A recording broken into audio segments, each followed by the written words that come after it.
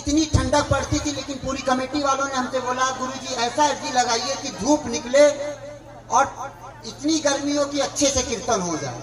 लेकिन पूछिएगा, अंजलि दीदी थी, लोगों ने माइक में बोला कि हाँ उस दिन मौसम विभाग का था कि बारिश होगी, लेकिन निशान आता के दिन इतनी तेज धूप हुई थी कि पूरी गर्मी, और कल कीर्तन के दिन भी बहुत धूप हुई थी।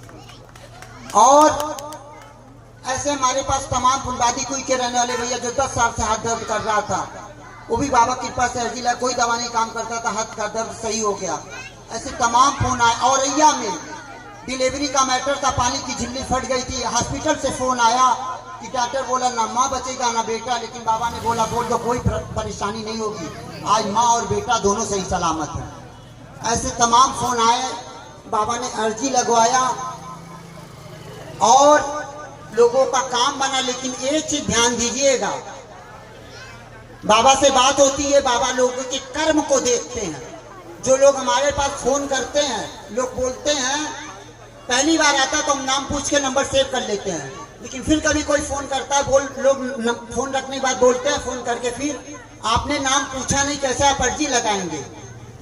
हम तो कुछ करते नहीं, करने वाले बाबा बैठे हैं, और बाबा को आपके बारे में सब कुछ पता है, आपके कर्म को। जब हमारे पास फोन आता है, एक फोन आया, उसके कर्म को बाबा जानते हो कैसा है, लेकिन अगर अच्छे कर्म है तो लाख मुसीबत है। तो बाबा ने बोला कि बोल दो कोई दिक्कत नहीं होगी, तो बाबा ने बोला, बाबा की कृपा से बोले हैं, आज आप लोगों के सामने चमत्कार हुआ कि जिसको डॉक्टरों ने जवाब दिया नहीं बचेंगे, अगर बाबा बोले बोल दो कोई परेशानी नहीं, कि आज उनकी जानें बची हैं। लेकिन इसलिए याद रखिएगा कि अपने कर्म पे आप लोग ध्यान दीजिएगा, जैसा कर्म करेंगे तब फिर वैसा आपको फल मिलेगा, उसको कोई काट नहीं पाएगा।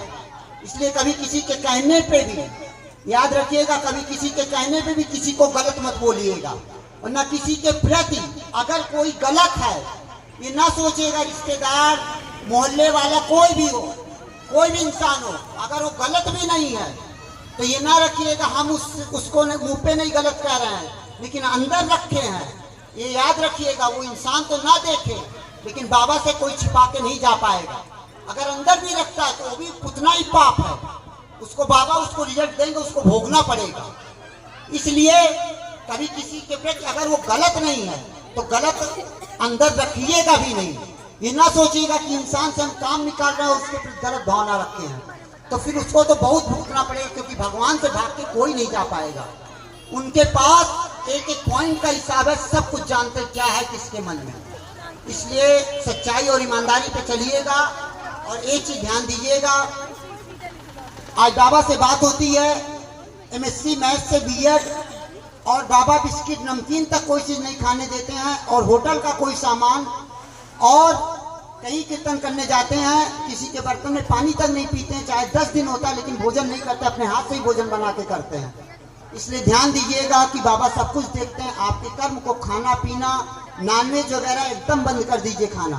कभी भी भगवान को टेंट हाउस के बर्तन में बना के आप लोग भंडारा कीजिएगा, कभी भी टेंट हाउस के बर्तन में बना के भगवान को भोग मत लगाइएगा, बहुत पाप लगता है, आपको बता दे रहे हैं। क्योंकि याद रखिएगा, वो बर्तन किसके किसके घर जाता है, उसमें क्या क्या बनता है, उसमें बना के भोग मत लगाइएगा। और ना तो पैकेट वाला हल्दी मिर्चा धनिया भी कभी भोग में यूज कीजिएगा, क्योंकि वो कंपनी मीट मसाला भी बनाती है, उसमें लहसुन प्याज भी पड़ता है। एक एक पॉइंट का बाबा हिसाब देखते हैं। इसलिए सच्चाई और ईमानदारी से चलिएगा। और आलू सिंह जी महाराज का आप यूट्यूब चैनल पे वीडियो सुनिएगा। आलू सिंह जी महाराज ने गूंगे बैलों को भी आशीर्वाद दिया और बोल के दिखाया है, अंधे को भी रोशनी आई है। आज बाबा कर्म को देखते हैं, आप लोगों के सामने चमत्कार यूट्यूब चैनल पड़ा है, आप लोग सुनिएगा। आलू सिंह जी महाराज जब रहते थे बगीची में, तो जब कीर्तन होता था एकादशी के दिन मंदिर में, एक भक्त आया, वो अंधा था। महाराज जी से बोला कि आज हमारे आंख की रोशनी जब आ जाएगी तभी हम यहाँ से जाएंगे। महाराज जी बोले तुम्हारे आंख की रोशनी नहीं आएगी। वो जिद पे अड़ा रहा, नहीं आज रोशनी आएगी तभी हम जाएंगे। महाराज जी गुस्सा होके चले गए फिर मंदिर बगीची में। रात भर कीर्तन चलता रहा, सुबह 3 बजा तक फिर महाराज जी आए, तब भी वो बैठा रहा। फिर महाराज जी से जिद किया कि आज हमारी रोशनी आएगी तभी हम जाएंगे। महाराज जी क्या रोशनी नहीं आएगी, लेकिन जब वो जिद किया तो महाराज जी ने उसके बाल पकड़ के उठाए और बाबा उठाए और बोले कि बोलो देखो बाबा कैसे दिख रहे हैं। वो सब कुछ बताया, बाबा का रंग, बाबा क्या पहने हैं, सब कुछ दिखाया। लेकिन जब महाराज जी ने जो बाल छोड़ा तो उनकी रोशनी चली गई। तो महाराज जी ने बोला तुम्हारे वो कर्म ऐसे नहीं है जो तुम्हारी रोशनी वापस आए, लेकिन वो तुम्हारी जिद पे हम इतना बाबा ने करके दिखा दिया। इसलिए आप लोग कर्म पे ध्यान दीजिएगा, जैसा कर्म करेंगे वैसा फल मिलेगा। कोई भी बचा नहीं पाएगा, किसी के भी कहने पे कभी गलत मत करिएगा, कोई बचाने नहीं आएगा। इसलिए ध्यान दीजिएगा, ना कभी किसी को गलत सलाह भी दीजिएगा। जैसे रावण था, सीता जी को वापस देने के लिए जिन जिन लोगों ने रावण को सलाह दिया कि सीता जी को वापस मत करो, एक रावण का भाई विभीषण ना तो अपने भाई को देखा ना तो लंका को देखा। जो सत्य था वो सत्य बोला रावण से कि सीता जी को वापस दे दो। सबको पता है कि जिन लोगों ने रावण का साथ दिया उसका क्या हुआ। जिन विभीषण उनका भाई था, वो अगर सत्य बोला तो उसका क्या हुआ सबको पता है।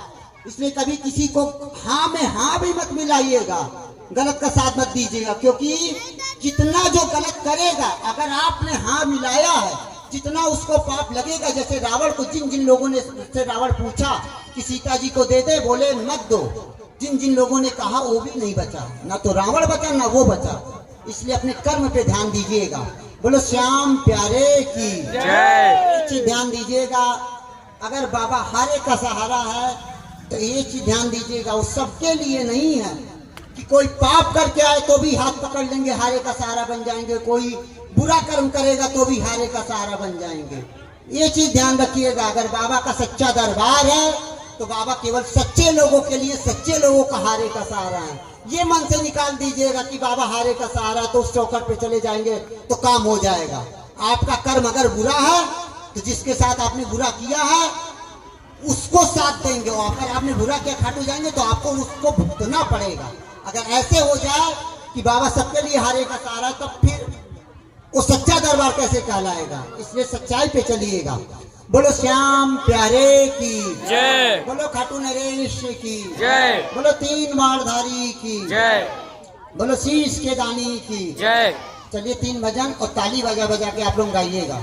आलू सिंह जी